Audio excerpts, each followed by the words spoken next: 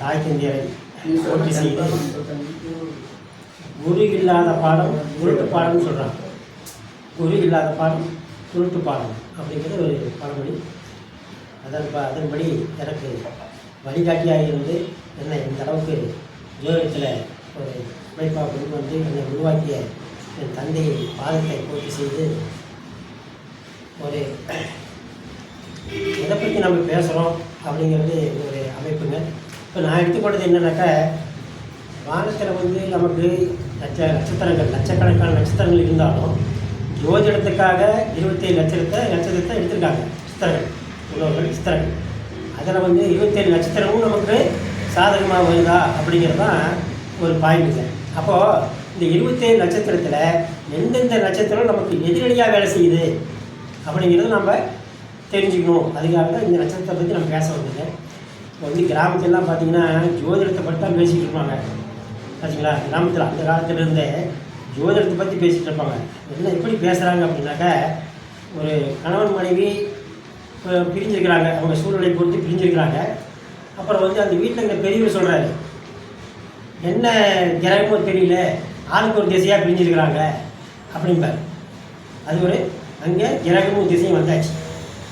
அப்புறம் வந்துங்க ஒரு குடும்பத்தில் வந்து ஒரு அவமான நிகழ்ச்சி, ஒரு அவங்க சூழ்நிலைக்கு தகுந்த மாதிரி ஒரு நிகழ்ச்சி நடக்குதுன்னா அந்த ஒருத்தர் பெரிய சொல்வார், அதாவது இப்படி நடந்து போச்சு, நம்ம இனிமேல் எங்கே இருக்கணும், உத்தரத்தில் பொங்க வேண்டியதுதான் அப்படிம்பார்.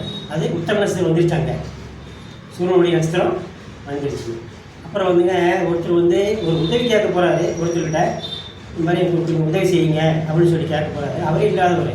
அவர் சொல்கிறாரு, நானே அந்த இடத்துல தொங்கிட்டு இருக்கிறேன், நான் என்ன செய்ய முடியும் அப்படிங்கிறாரு. இப்போது அந்த கிரகம் திசை அந்த எல்லாம் வந்தாச்சு. இது வந்து ஜோசியத்தை பற்றி தான் பேசிட்டு இருக்கிறாங்க. அப்போது ஜோதிடம் வந்து எவ்வளோ முக்கியமானது அப்படிங்கிறது நம்ம எடுத்துக்கிறோம். அதில் நட்சத்திரங்கள் எவ்வளோ முக்கியமானது தான் நம்ம கொஞ்சம் ஆய்வு செய்யணும். அந்த 27 நட்சத்திரத்தில் நமக்கு எதிரடையாக எந்த நட்சத்திரம் வேலை செய்யுது அப்படிங்கிறத நான் சொல்ல போகிறேன். பாருங்கள், உங்களுக்கு பயன்பாட்டுக்கு இருந்தால் அதை எடுத்துக்கணும். இப்போது சூரியன் 9 கிரகத்துக்கும் இந்த நட்சத்திரம் இருக்குது. இந்த சூரியன் என்ற நட்சத்திரம், நமக்கு சூரியன் எந்த நட்சத்திரம் நிற்கிதோ அந்த நட்சத்திரத்திலிருந்து எண்ணணும்.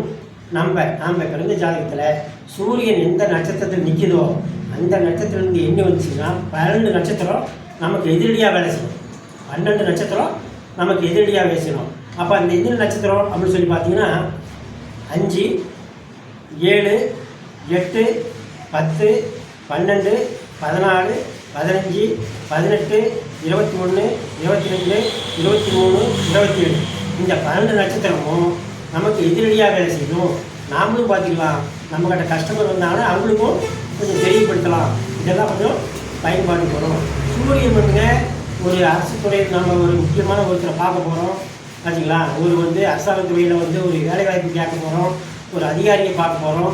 அப்போ பார்க்கும் பொழுது அப்போ அந்த சமயத்தில் இந்த நட்சத்திரத்தை நம்ம பார்க்கணும்.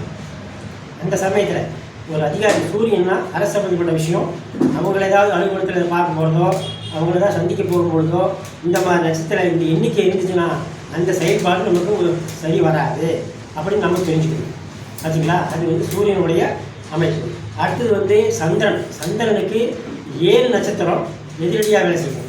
அப்போ சந்திரன்னா நம்ம பிரயாணம் போகிறோம், அதுக்கும் நம்ம தலைமையில் ஒரு பிரயாணம், ஒரு டூர் மாதிரி கூட்டிகிட்டு போகிறோம்.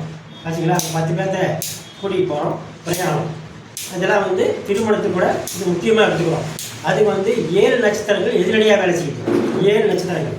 அந்த 7 நட்சத்திரம் என்னன்னா 3, 5, 7, 8, 12, 18, 25 இந்த 7 நட்சத்திரமும் கண்டிப்பாக நீங்கள் கவனிக்கணும். இந்த நட்சத்திரத்தில் போனீங்கன்னு சொன்னால் நம்ம வந்து கொஞ்சம் பாதிப்பு ஏற்படும், பிரச்சனைகள் வரும். அதாவது ஏதோ ஒரு இடையூறுகள் கண்டிப்பாக வரும். அதை கொஞ்சம் நம்ம பார்த்துக்கணும். அடுத்தது செவ்வாய்னா பூமி விஷயத்தை பற்றி நம்ம பேசுகிறோம். ஒரு பூமி வாங்கிக்கிறோம், ஒரு பாலக்கால் போகிறோம், வீடு கட்டுறதுக்கு ஒரு பாலக்கால் போடுறோம், பத்திரம் பதிவு செய்கிறோம். இதுக்கு வந்துங்க இந்த செவ்வாய்க்கு 5 நட்சத்திரம் எதிராக வேலை செய்யும். அப்போ 5 நட்சத்திரம் என்னென்ன? 3, 7, 10, 15, 21 இந்த நட்சத்திரத்தில் பூமி சம்மந்தப்பட்ட விஷயம் பேசுனீங்கன்னா கண்டிப்பாக இடையூறு வரும். நாம் பார்க்க வரவங்களையும் நம்ம கண்டிப்பாக இதுக்கு வந்து நம்ம இப்போ சொல்லி கேட்பாங்க, நாம் ஒரு வீடு கட்டுறோம், என்னைக்கு பாலக்கால் போடலாம், என்னைக்கு வந்து ஆரம்பிக்கிறாங்க அப்படின்னு கேட்கும்பொழுது அவங்க செவ்வாய் எங்கே இருக்காரோ அந்த செவ்வாய் எந்த நட்சத்திரத்தில் போகுதோ அந்த நட்சத்திரத்திலிருந்து இந்த எண்ணிக்கையில் வருதான்னு பாருங்கள். வந்துச்சுன்னா அதை தவிர்க்கப்படணும். சந்திரநாட்டில் போகும் செவ்வாய் செவ்வாய் என்ற நட்சத்திரம் பூமி விஷயம், பூமி விஷயத்துக்கு செவ்வாய் நட்சத்திரத்தில் ஆமாம் நம்ம செவ்வாய் செவ்வாய் என்ற நட்சத்திரம் செவ்வாய் என்ற நட்சத்திரம் செவ்வாய் நட்சத்திரத்தில் எண்ணிக்கணும். நாமளும் பார்த்துக்கலாம் நம்ம கிட்ட வருஷம் அந்த அன்னைக்கு என்ன நட்சத்திரம் வரும். ஆமாம் செவ்வாய் என்ற நட்சத்திரத்திலிருந்து இந்த எண்ணிக்கையோட நட்சத்திரங்கள் இருக்கக்கூடாது. அது கொஞ்சம் நீங்கள் தெளிவாக பார்க்கணும். அடுத்தது புதன் பார்க்கலாம். புதனுக்கு வந்து 4 நட்சத்திரம் எதிரடியாக வேலை செய்யுது. புதன்னா அதாவது டாக்குமெண்ட் பிரச்சனை. நாம் ஒரு டாக்குமெண்ட் போடுறோம், ஒரு கிட்ட போய் ஒரு டாக்குமெண்ட் போடுறோம், அந்த விஷயம் பிள்ளைங்களை பள்ளிக்கூடம் சேர்த்துறோம், காலேஜ் சேர்த்துறோம், அதெல்லாம் புதன் எந்த நட்சத்திரம் நிற்கிறதோ அந்த நட்சத்திரத்திலிருந்து 5, 11, 21, 22 இதை வந்து 4 நட்சத்திரம் எதிரடியாக வேலை செய்யும். இதை நீங்கள் தவிர்க்கப்படணும் அப்படிங்கிறது அமைப்புங்க.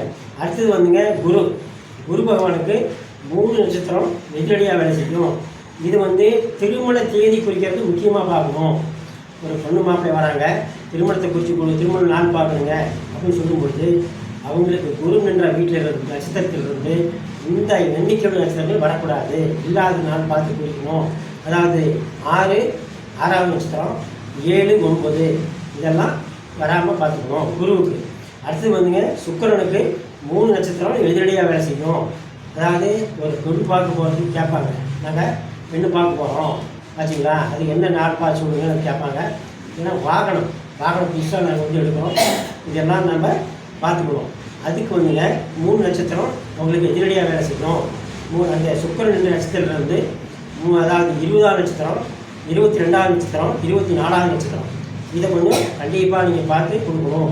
அதை வந்து அது சொன்னீங்க அது மாதிரி இந்த தவிர்க்கப்பட்டுச்சுன்னா கண்டிப்பாக அது வெற்றி அடையும். அது ஒரு காரணம். அடுத்தது வந்துங்க சனி பகவான். சனி ஒரு தொழில் ஆரம்பிக்கிறோம், சனி தொழில்காரங்களே சனி பகவான். அதாவது ஒரு புதுசாக தொழில் ஆரம்பிக்கிறோம் அல்லது கூட்டு சம்மந்தப்பட்ட தொழில் ஆரம்பிக்கிறோம். அந்த சமயத்தில் நமக்கு வந்து நமக்கும் பார்த்துக்கலாம், அடுத்தவங்களும் நம்ம பார்த்து சொல்லணும். அது வந்துங்க 5 நட்சத்திரம் வந்து எதிரடியாக வேலை செய்யுது. இப்போ 5 நட்சத்திரம்னா சனி என்ற நட்சத்திரத்திலிருந்து 5, 6, 8, 10, 11 இந்த மாதிரி 5 நட்சத்திரங்கள் அதுக்கு எதிரடியாக வேலை செய்யும். இந்த நட்சத்திரம்லாம் நீங்கள் பார்த்து குறித்து கொடுத்தீங்கன்னா கண்டிப்பாக தொழில் நல்லாயிருக்கும் அப்படிங்கிறது நம்ம சொல்கிறோம். அடுத்தது வந்துங்க ராகுன்னா முக்கியமாக இடத்துல போர் போட்டு கேட்பாங்க. போர் தண்ணி அதுக்கு வந்து முக்கியமாக இதில் பார்த்து நம்ம பார்க்கணும். போர்வெல் போடுறது, நம்ம போர் போடுறோம், என்னைக்கு போடலாம், தண்ணி வருமா வராதா அப்படிங்கிறத கேட்பாங்க இல்லைங்களா. அதுக்கு வந்து ராகு என்ற நட்சத்திரத்துலேருந்து 2 நட்சத்திரம் வந்து எதிரடியாக வேலை செய்யுது. அப்போது 20ஆம் நட்சத்திரம், 22ஆம் நட்சத்திரம் இது வந்து நம்ம கண்டிப்பாக அதை தவிர்க்கணும் அப்படிங்கிறது அமைப்பு வருதுங்க. அடுத்தது இந்த கேதுவுக்கும் அதே தான், ராகு கேது அதே தான். கேது என்ன செய்கிறார் அப்படின்னு சொல்லி பார்த்தீங்கன்னா சில பசங்க கூட வந்து கேட்பாங்க, நான் பொண்ணை காய்ச்சிட்டு இருக்கிறேன், நான் சொல்லலாமா அப்படின்னு கூட கேட்பாங்க. அதுக்கு வந்து இந்த 2 நட்சத்திரமும் தவிர்த்து விட்டு மற்ற நட்சத்திரங்கள் சொல்லலாம். அது ஒரு விஷயம். 20ஆம் நட்சத்திரம், 22 ராகு கேதுக்கு 20, 22 இந்த மாதிரி நம்ம கொஞ்சம் குறித்து கொடுத்தோம்னா கண்டிப்பாக அந்த நட்சத்திர விஷயங்கள் நம்ம தெரிஞ்சுக்கலாம். நாமளும் வந்து இதை தெரிஞ்சுக்கலாம் அப்படிங்கிறது இந்த நட்சத்திரத்தினுடைய முக்கியத்துவம் அப்படிங்கிறது அமைப்பு இருக்குதுங்க. அப்புறம் பாருங்கள், பூரட்டாதி நட்சத்திரம் சில விஷயங்கள். பூரட்டாதி நட்சத்திரக்காரன் கடன் கொடுக்கக்கூடாது, கடன் வாங்கக்கூடாது. பூரட்டாதி நட்சத்திரம் பிறந்தவங்க கடன் கொடுக்கக்கூடாது, கடன் வாங்கக்கூடாது. ஏன்னா அது குபார நட்சத்திரம் ஆச்சுங்களா. அது மாதிரி அந்த நட்சத்திரம் பார்க்கணும். அவுட்டு நட்சத்திரம் பார்த்தீங்கன்னா இந்த குடும்பத்தில் யாருக்கும் அடங்க மாட்டார். அவுட்டு நட்சத்திரம் பிறந்தவங்க இந்த குடும்பத்தில் சொல் பேச்சு கேட்க மாட்டார், அடங்க மாட்டார். அப்போ அவுட்டு நட்சத்திரம் பிறந்தவங்க ஜாக்கிரதை வந்துச்சுன்னா எல்லாம் வந்து இப்போ அந்த பசங்க இந்த மாதிரி இருப்பாங்க அப்படிங்கிறது நம்ம சொன்னோம்னா அதை தெரிஞ்சுக்காங்க. அது கொஞ்சம் நம்ம எடுத்து சொல்லணும். அடுத்தது வந்துங்க ஒரு முக்கியமான விஷயம், உத்தர நட்சத்திரக்காரரை குடும்பத்தில் சேர்க்கக்கூடாது ஆச்சுங்களா. உத்தர நட்சத்திரக்காரரை குடும்ப பிரிவினை ஆகும், பிரச்சனை வரும். உத்தர நட்சத்திரக்கார குடும்பத்தில் பாருங்கள் அவங்க பிரச்சனை மேட்டு தான் இருக்கும். அந்த ஜாதகர் வந்து பிரச்சனை மேட்டு தான் இருப்பார் அப்படிங்கிறது அமைப்பு வருங்க. அடுத்தது வந்துங்க இன்னொரு அமைப்பு, இன்னொரு விஷயம், ஆயுள் நட்சத்திரக்காரருக்கு வாடகைக்கு வீடு விடக்கூடாது. ஆயுள் நட்சத்திரக்காரருக்கு வாடகைக்கு வீடு விடக்கூடாது, வீடு அவருக்கு சொந்தமாயிடும். நீ எழுதி வச்சுக்கலாம். அவங்களுக்கு சொந்த வேலை. 3 6 புதன் 3 6 கூடிய காலபுருஷனுக்கு 3 6 கூடியவன் அவன் தைரியமாக நிற்பான். நான் எப்படியாவது விட்டு அடைஞ்சிடணும் அப்படிங்கிறது கண்டிப்பாக வரும். ஏன்னா நாம் அதை பார்க்க முடியாது. இவன் வீடு ஒரு வயலுக்கு வாடகை வராங்க, இவன் நீங்கள் ஆயுஷமையா அப்படின்னு கேட்க முடியுமா? முடியாது. அதே ஒரு அமைப்பு தெரிஞ்சுட்டா அப்படி விடக்கூடாது அப்படிங்கிறது நட்சத்திர விஷயங்கள் ஒரு நல்ல அமைப்பாக இருந்திருக்கும்னு நினைக்கிறேன். அடுத்தது வந்துங்க 4 நட்சத்திரம் தான் முக்கியம். ஒரு நட்சத்திரம்னா ஒரு திருமணம் பார்க்குறதுக்கு ஒரு கோயில் அர்ச்சனை பண்ணுறதுக்கு நட்சத்திரங்கள் முக்கியமாக இருக்குது. நாள் நமக்கு எப்படி முக்கியம்? 7 நாளில் சந்திராஷ்டம் வர நாள் வேறு, பஞ்சாங்கத்தில் குறிப்பிட்டிருக்கிற நாள் வேறு. நமக்குன்னு ஒரு முக்கியத்துவம் வாய்ந்த நட்சத்திரங்கள் ஒரு நாள் இருக்குதுங்க. அது எப்படி பார்க்கணும்? அந்த நாளில் வந்து ஒரு சில விஷயங்கள் நம்ம தவிர்த்து போடணும். அதெல்லாம் பார்த்தோம்னா அந்த நாளில் வந்து நம்ம வெற்றி அடையலாம் அப்படிங்கிறத ஒரு விதிங்க நம்ம சொல்கிறோம். அதாவது லக்கணம், சரலக்கணம், ஸ்திரலக்கணம், உபயலக்கணம் 3 லக்கணங்கள் இருக்குது. இந்த 3 லக்கணத்துக்கும் லக்கணத்துக்கு பாதுகாதிபதி யாரோ அந்த பாதுகாதிபதி எந்த வீட்டில் நிற்கிறாரோ அந்த வீட்டுக்கு உரிய நாள் உங்களுக்கு ஆகாது. ஒரு சொல்கிறேன் ராய். இப்போ மேச லக்கணம், இந்த மேச லக்கணத்துக்கு பாதுகாப்பு யார்? சனி பகவான். சனி பகவான் இது வந்து இங்கே உட்காந்துருக்குன்னு வச்சுங்க. குரு வீட்டில் குரு யார்? வியாழன். வியாழக்கிழமை அவனுக்கு எந்த காரியம் வெற்றியாகாது. அதை கொஞ்சம் உன்னிப்பாக பார்க்கணும். நாமளும் பார்த்துக்கலாம், அடுத்தபடியே அவன் சொல்லலாம் அந்த கான்செப்ட். அப்போ இந்த சரலக்கணத்துக்கு 11 கோடியும் பாதுகாப்புதி, சிறலக்கணத்துக்கு 7 கோடி 9 கோடியும் பாதுகாப்புதி. 9க்கு அவரே தான் வருவார், சனியாக தான் வருவார். அது யோகாதிபதியே இருக்கும், பாதுகாப்புதியும் வரும். உபயலக்கணத்துக்கு 7 கோடியும் பாதுகாப்புதி குரு. இந்த குரு வந்துங்க இங்கே இத்தனை வச்சுங்க சந்திரன் வீட்டில். இப்போ சந்திரன்னா திங்கக்கிழமை தானே? திங்கக்கிழமை நீங்கள் எந்த ஒரு காரியத்துக்கும் போகக்கூடாது. போனீங்கன்னா அப்போ தவிர்க்க முடியாத ஒரு சூழ்நிலை ஏற்பட்டுருச்சு அப்படி அதுக்கு ஒரு பரிகாரம் இருக்குது. ரிவேர்ஸ் பரிகாரம்னு அர்த்தம். ரிவேர்ஸ் கேள்விப்பட்டிருக்கீங்களா? என்னன்னா ரிவேர்ஸ் பரிகாரம். ரிவேர்ஸ் பரிகாரம் என்னன்னு சொன்னால், இப்போது இந்த சந்திரன் வீட்டில் இந்த குரு வீட்டில் வந்து அந்த நிற்கிறார், சனி நிற்கிறார் நிற்கிறாருன்னு வச்சுங்க. அந்த வீட்டுக்கு கைது குரு. குருவுக்கு யார்? தானியம், கடலை தானே, மூணு கடலை. அதை வந்து வாங்கி 2 கையிலையும் வச்சுட்டு ரிவேர்ஸாக நம்ம தலையை 9 சேர்த்து சுற்றிட்டு குப்பையில் போட்டு நாம் போகணும். இதுக்கு ஒரு வழிமுறை. தவிர்க்கவே முடியலைங்க, அந்த வீட்டுக்கு நாம் போய் தான் ஆகணும் அப்படின்னா இதுக்கு ஒரு பரிகாரம் பண்ணிட்டு போகலாம். இல்லை அந்த தெய்வத்தை வழிபாடு செஞ்சுட்டு போகலாம். இல்லை நான் விநாயகர் கோயிலுக்கு போயிட்டு ஒரு எலுமிச்சை மரத்தை வச்சுட்டு அந்த எலுமிச்சை மரத்தை நம்ம பாட்டில் வாங்கிட்டு போனோம்னா அந்த நாள் நமக்கு சக்ஸஸ்ஃபுல்லாக இருக்கும். இது வந்து வாழ்வியல் பரிகாரம். நம்ம அப்படியே விடக்கூடாது இல்லைங்களா? அதுக்கு ஒரு விதிமுறைன்னா இது பண்ணலாம். அதனால் நமக்கு நட்சத்திரம் நாள் எவ்வளோ முக்கியம் அப்படிங்கிறது நம்ம தெரிஞ்சுக்கணும். இதான் என்னுடைய விஷயங்கள். மீண்டும் ஒரு இதுவரை எனக்கு வாய்ப்பு கொடுத்த அனைவருக்கும் மனமார்ந்த நன்றி. அடுத்த ஆய்வு சந்திப்போம். நன்றி, வணக்கம். அருமையான பாயிண்ட். வீடு வாடகைக்கு வருவது